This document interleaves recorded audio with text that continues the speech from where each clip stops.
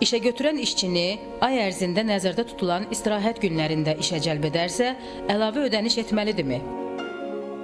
Əmək Məcəlləsinin 164-cü maddəsinə əsasən işçinin istirahət, səsvermə, bayram və ümumxalq hüzn günü işə cəlb edilməsi halında əmək haqqı artırılmış məbləğdə ödənməlidir.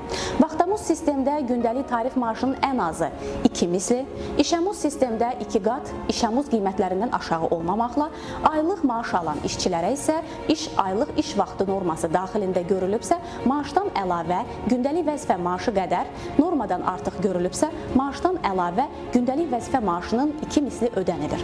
Həmçinin işçi öz istəyi ilə əmək haqqı əvəzinə başqa istirahət günü də ala bilər. Əlavə olaraq, işə götürən işçini həmin günlərdə normadan artıq işlədirsə, bu iş vaxtından artıq hesab olunur və Əmək Məcəlləsinin 165-ci maddəsinə uyğun şəkildə hər saat üçün 2 qat məbləğdən az olmayaraq ödənməlidir.